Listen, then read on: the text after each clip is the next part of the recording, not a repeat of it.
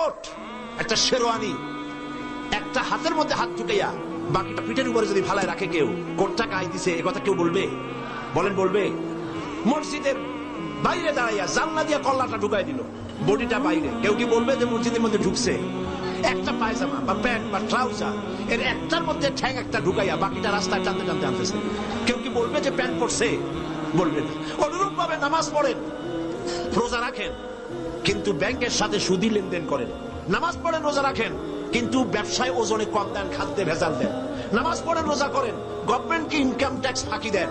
নামাজ পড়েন, রোজা রাখেন, হজ করেন, যাকাত দেন, বউকে পর্দায় রাখেন না। নামাজ রোজা করেন, আবার আরেক দিকে মদ, জুয়া ইত্যাদি সাথে নিত্য সঙ্গী।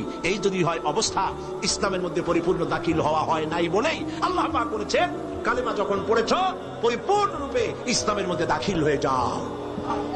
আল্লাহ পাক আমাদেরকে ইসলামের মধ্যে পরিপূর্ণ দাখিল হওয়ার তৌফিক দান করুন বলি আমি।